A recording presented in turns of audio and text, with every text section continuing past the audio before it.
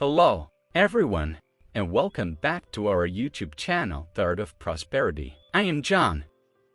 Yes, welcome, and I am Emily. Today, we're diving into a topic that might seem simple at first, but is actually quite crucial. Self-introduction, the key to confidently answering that infamous question, "Tell me about yourself." And let's be honest, this question comes up more often than we realize in schools, interviews, networking events, and even casual gatherings. That's true. Whether you're meeting new classmates, potential employers, or even making friends at a conference, knowing how to introduce yourself effectively can make all the difference. Absolutely. And yet, it's one of those things that can make even the most confident of us nervous.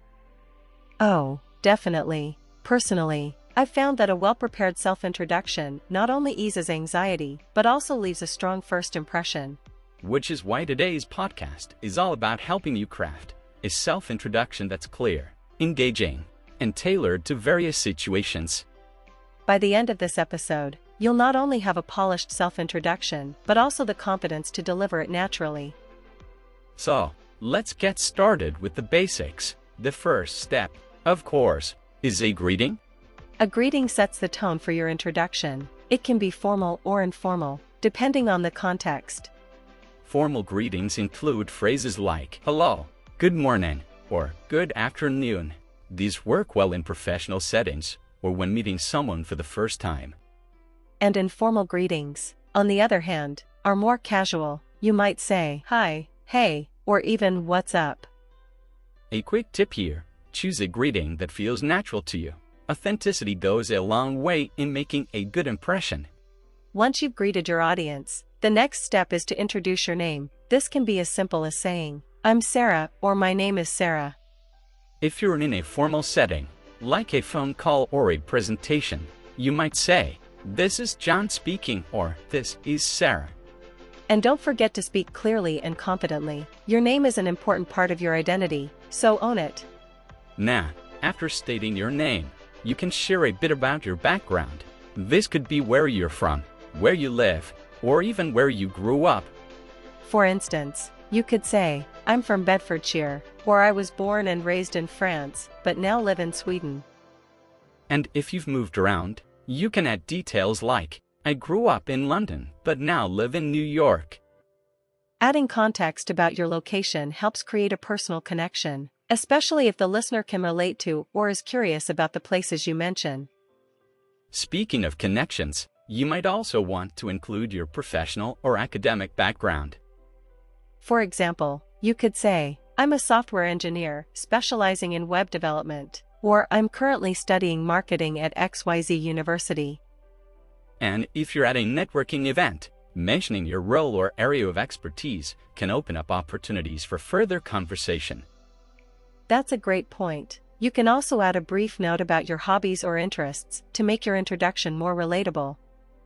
For example, in my free time, I enjoy hiking and photography, or I'm passionate about cooking and trying new recipes. Sharing your hobbies not only adds a personal touch, but also gives others a chance to connect with you on a more informal level.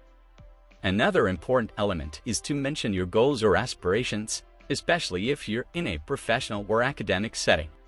For instance, "I'm currently learning data science and hope to work in AI research," or "I'm passionate about environmental conservation and want to start my own nonprofit someday."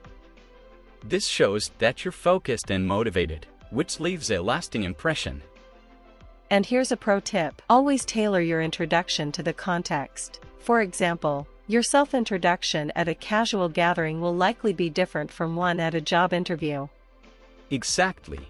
At a job interview, you'd focus more on your skills, achievements, and career goals, whereas, in a casual setting, you'd emphasize your personality and interests. Speaking of tailoring, don't forget to adjust your tone and body language as well. A friendly smile and confident posture go a long way in making a positive impact. And, if you're introducing yourself to a large audience, try to make eye contact with different sections of the room. This helps you connect with everyone and appear more engaging. Finally, practice makes perfect. Rehearse your self-introduction until it feels natural, but avoid sounding robotic. A great way to practice is by recording yourself and playing it back. This helps you identify areas for improvement and build confidence. And don't be afraid to tweak your introduction over time, as you grow and change. So should your self-introduction. So, there you have the complete guide to crafting and delivering a powerful self-introduction. Remember, a good self-introduction isn't just about sharing information, it's about leaving a memorable impression. Thanks for tuning into The Art of Prosperity. We hope this episode helps you shine in your next self-introduction. Until next time, keep practicing and stay confident. See you soon, and happy learning!